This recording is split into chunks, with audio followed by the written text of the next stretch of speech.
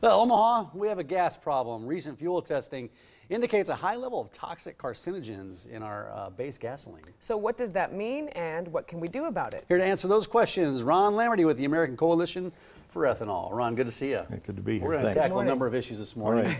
And I think most people in our area, they don't think air pollution is a problem right here in Omaha, but I've seen some of these, the levels, Sure. they do some of these reports that come out. What is the air quality like in Omaha, and how does gas impact that? You know, I think it's probably one of those things, if you can't see it, that doesn't necessarily mean it's not there. And, you know, you live in a town like Omaha, which is a big city, but it's surrounded by a rural area, so the air quality thing never really seems to get to that critical mass. Mm-hmm. And you know, overall, the levels of air quality, when they're measured, they're okay.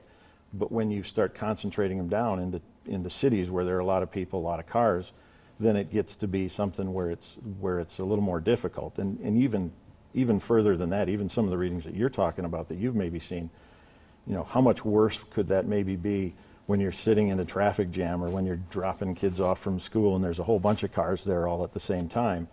That's when the concentrations get to be something that there needs to be something done about them. Yeah. And what exactly is it in our gasoline that causes the problem? Well, when you hear about it, sometimes they use this word aromatics, which sounds like it might be a good thing. I mean, it's, you know, you plug in air freshener or the oil, the massage oil aromatic. But in gasoline, aromatics are bad stuff. They are toxic poisons. They're things that increase the octane of fuel, but they also are things that are carcinogenic toxins. They're poisons. So anytime you can replace one of those with something that also increases the octane but doesn't do those, then you're going to be improving the air quality, and that's what American Ethanol does for fuel. So there are carcinogens in our fuel in Omaha. Yeah, and you know, in areas where they've had a history of bad air, they've got a special kind of fuel that they use. If you've ever heard them say reformulated gasoline. Yeah. In a place like Omaha, where they don't have those rules, then some of the more toxic stuff actually gets sent here because they got to send the cleaner stuff to those other cities. And so, you know, the graph that you're showing here shows on the left-hand side you've got 87 octane E10, what most of us use, and you can see, especially the red bar, that's benzene and toluene. Those are the very carcinogenic things. Yeah. But the others are all aromatics, and as you can see, you've got 87 octane E10. That means it's got 10% American ethanol. The 87 E0 doesn't have any, and you can see those toxics are higher. And then you get premium on the far right side, and you can see that red bar, how high that one is. But almost a third, a little more than a third of the gallon of premium is these aromatics. And that's a big number. It is a big number. How does American Ethanol help this problem? Well, number one, it replaces it. At least you're taking 10% of that stuff out. But what you can see by that graph is that the stuff you're taking out is also the worst stuff. So even though it knocks down the overall percentage of bad stuff by 10%, the stuff that they use that's worst, that increases octane, I think the levels on that one were, it reduced it by like 8, instead it went down by 8%. So most of what ethanol puts in takes out most of what the bad stuff is. So it's not a one-for-one trade, it's better than one-for-one. You know, I think people that own vehicles, people that drive their vehicles, they're going to say, what does ethanol do to the engine? Ethanol is a solvent. It cleans it, but it's also it is a cleaner. But ethanol is an oxygenant. If you've ever heard them use that term, if you think about an oxygenant, you think about maybe a campfire, a fireplace fire, where when it starts to go down, you fan it. Mm-hmm. The reason you do that is to add oxygen to the flame, and then the wood burns more completely and you get the fire going. The same thing happens with gasoline. If you put oxygen in it, then more of the base fuel gets burned. So even the fuel itself, more of it gets used and more of the bad stuff gets burned up before it goes out of the tailpipe. So oxygenating the fuel helps reduce all those particulates and greenhouse gases and things that come out of your tailpipe. Yeah.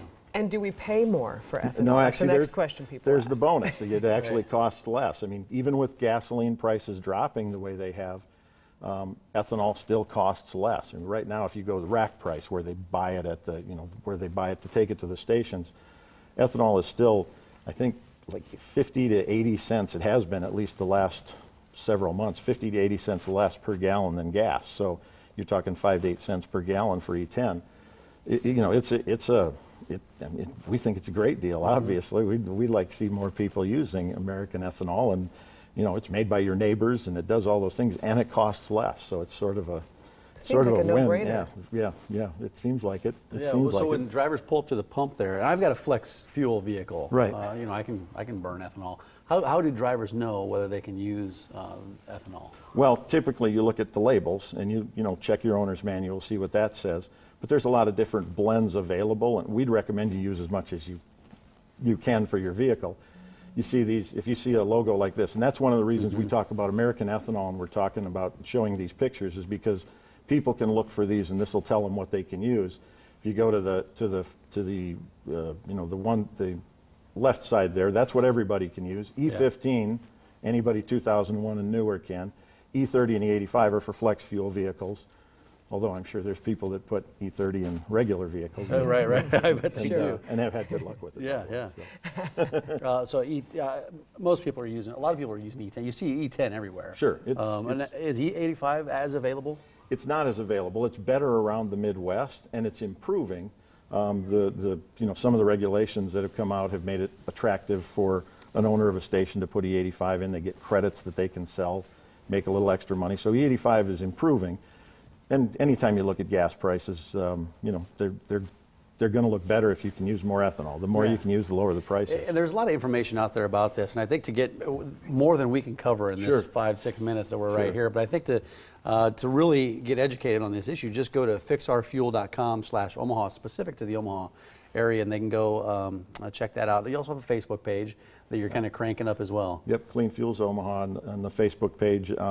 And you'll see, you know, there'll be a lot of advertising out there. There's a lot of things, an effort going out there, because we want people to understand, you know, you can do a little bit better, and it'll help everybody's health. It'll look better. And I can't tell you how much that graphic looks like my niece. Does it? Wow. It's weird. Well, you guys did the graphic, didn't you? Well, Omaha did it. I'm in South Dakota. I didn't really look at it until just now. It could be your niece. Ron, thanks for stopping by. Thanks for having me. All right, appreciate it. So I played the trumpet for, I don't know, more than 30 years. Most kids won't stick with an instrument quite that long. If you've got one to buy, Saul's can help you save. Just how much and what they've got in stock when the Morning Blend continues. Probably 35 years.